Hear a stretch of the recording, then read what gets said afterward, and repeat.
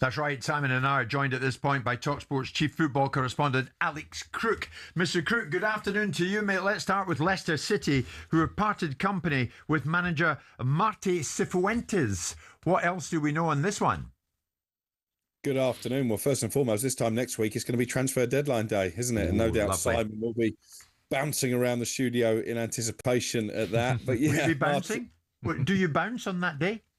Do I bounce Yes. on the day of transfer? I try to bounce out the door as quick as possible. There you go. You knew that was coming, Alex. Well, someone who has bounced out the door at Leicester is Marti Cifuentes, as you mentioned. I think we all probably saw this coming after Leicester were beaten at home by Oxford at the weekend. They are languishing a long way off the playoff places, which I think was the hierarchy's ambition at the start of the season. Not necessarily sure that Leicester's squad is befitting of a promotion challenge. And it does beg the question, who would want this job next? Because there's still a threat of a points deduction hanging over Leicester City.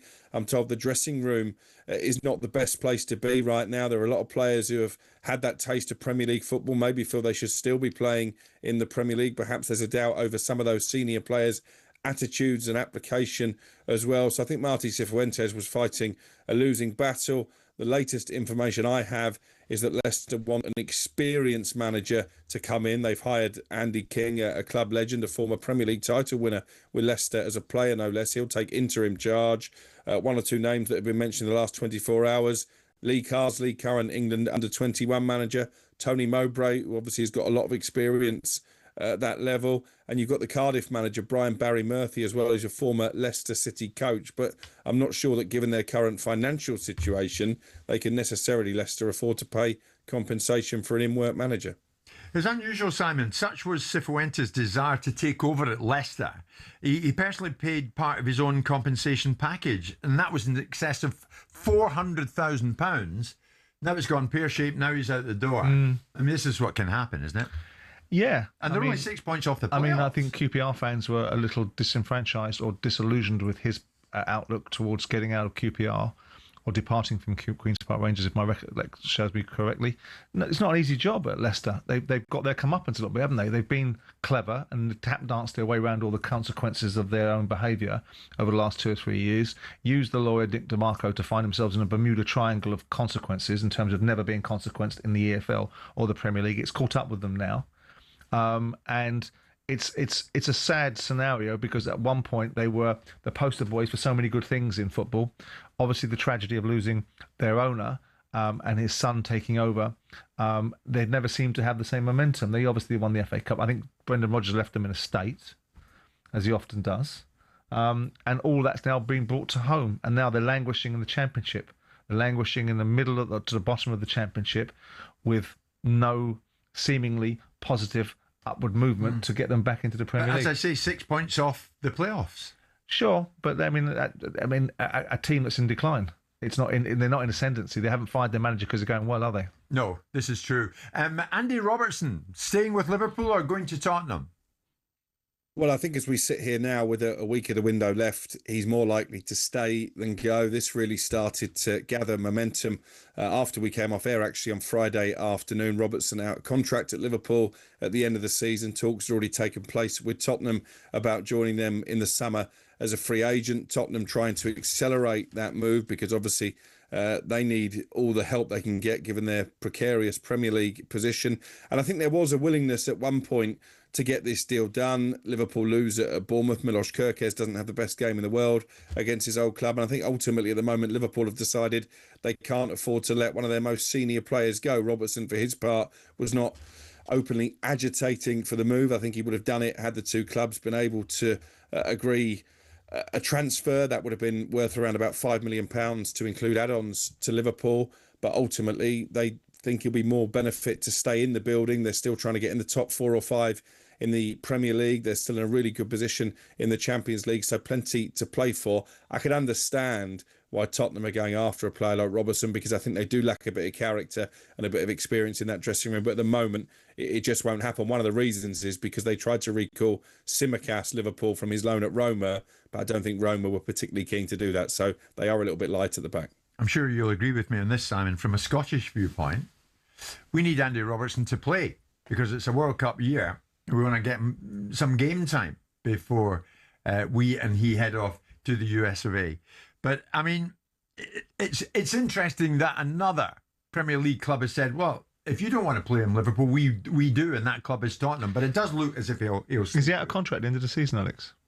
He is, yeah. So again, it's another opportunity for him at the end of the season to perhaps make more money out of a transaction than by going to Tottenham. Whatever the $5 million costs Tottenham is less than he'll get in his salary. I don't know whether Andy Robertson would be of use to Tottenham. I mean, obviously they must think he will be, otherwise they wouldn't be inquiring about him. I think they've got other fish to fry that are more important than a left back. But I'm surprised he's not in the Liverpool side because, I mean, Kirk has played all right against Marseille, but he was dreadful against Bournemouth. On the weekend. As Alex was saying, not the best game. Lucas Paqueta, where are we at with him? I think this one's going to happen now, Jim. Flamengo, we've been reporting on their interests for a good week or so now. I know that originally Nuno Espirito Santo was digging his heels in and telling the hierarchy there that they needed Paqueta to stay at least until the Brazilian window closes in the first week of March. But there does seem to be confidence now coming out of South America that this one will be done. They've made a new offer, Flamengo, of around about 41 million euros. There was a suggestion they could even buy Paqueta and then loan him back. I'm told that's unlikely now. I think this will be a straight sale. And a lot of West Ham fans don't seem too upset to see him go. I don't think he's been brilliant for the last 18 months or so, and obviously has been out of action with a rather suspect back injury, shall we say, since this interest from Flamengo came to light. I think it will be looked back, Simon, as something of an unfulfilled spell in the Premier League. Well, it'll look back on that his career was interrupted by awful allegations that he was completely exonerated from, and then subsequently sued for all the commissions and opportunities that he should have subsequently got for these terrible allegations that had no substance. There you go. Oscar Bob, is he moving closer to Fulham, Alex? I think this one is still up in the air at the moment. We know that Fulham have been in talks with Manchester City about a potential £35 million move to Craven Cottage. The feeling I get as we head into the last week of the window is that Oscar Bob is just waiting to see what other opportunities might come his way. I spoke to Marco Silva actually after Fulham's last gasp win over Brighton at the weekend. He was confident of getting some deals done between now and the window closing next week. I did push him on his own future actually, because he was saying how much he wanted Harry Wilson, the late match winner, to sign a new contract. So I said, hold on, Marco, what about yourself? You're out of contract in the summer as well. If you're urging Harry Wilson to sign on the dotted line, are you any closer to agreeing to stay? And he said, no, I know the club want to keep me, but let's see what happens. So not much of a commitment there from the Fulham manager. How often do we hear this? I mean, surely what's sauce for the goose is sauce for the gander, isn't it? Yeah. I mean, it's an interesting one. If I'm Oscar Bob, I would be looking around because Fulham's a nice club. It's a nice club. He's playing at Manchester City currently, or not as regularly as he'd like to, but it's a real departure to go to Fulham from Manchester City. So I'm not surprised he's not jumping at the opportunity. Yeah. Would he be a good signing for Fulham? I mean, they're doing well. I mean, what I saw at Fulham at the beginning of December was I thought they were lightweight. Palace beat them 2-1. A Palace side that's now gone on a run of form, which is, disastrous at this moment in time. But Palace were by far the better side. Fulham looked nice on the eye. The best player on the field was Harry Wilson, who scored another great goal. But Oscar Bob going to Fulham, I'm not surprised he's not jumping in a taxi and heading down. And heading off there. What about Bournemouth finally? Winners at the weekend, of course, over Liverpool. Are they beginning to spend some of the Semenyo money? Yeah, do you know what? I think quietly, Jim, they've actually had a decent window. They've got a medical going on today for the 19-year-old Brazilian Ryan. He's seen as the long-term replacement for Antoine Semenyo, and he turned down big offers from Saudi Arabia and from Europe to make this move.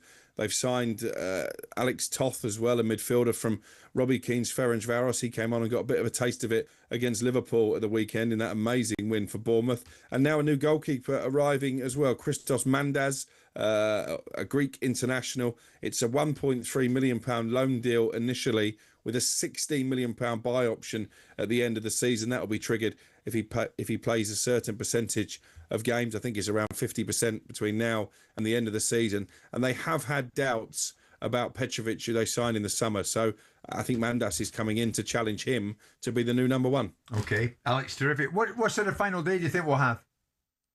I think something dramatic's going to happen, Jim. I've just got a feeling it's been a relatively quiet window so far. You take Manchester City and the couple of signings they've made out the equation. Somebody is going to take us by surprise on transfer deadline day. And you know what? It just might be Manchester United giving Michael Carrick a bit of a gift on deadline day. There you go. There you go. We can reveal exclusively something is going to be done by somebody. Alex, thank you very much indeed. That was all thanks to Intuit QuickBooks. Search QuickBooks and you will find out more.